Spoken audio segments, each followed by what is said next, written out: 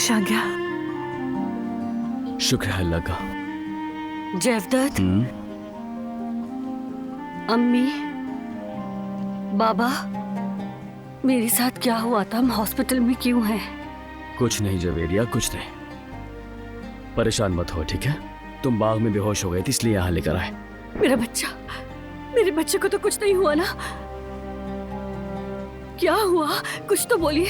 आप सब लोग खामोश क्यों हैं? नहीं जवेरिया, नहीं, बच्चा बिल्कुल ठीक है। मगर क्या? एक भाई या बहन और भी है। हाँ? क्या मतलब है? हाँ बेटी, तुम एक नहीं 2 बच्चों की माँ बनने वाली हो। जयवदत्त, तुम जुड़वा बच्चों की माँ बनने वाली हो। हमारे 2 बच्चे होंगे।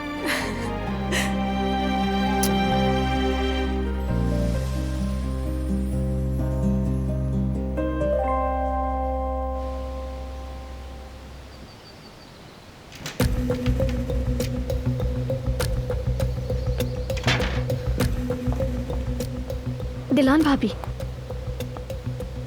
आपका ना जाना बेहतर होगा शायद। मैंने कहा ना गुल, मुझे जाना ही होगा।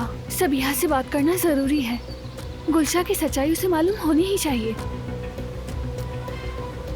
किसी से कुछ मत कहना, ठीक है? मेरा साथ देना। मैं बारान के आने से पहले आ जाऊंगी। ठीक है, बस मोहतात रहिएगा।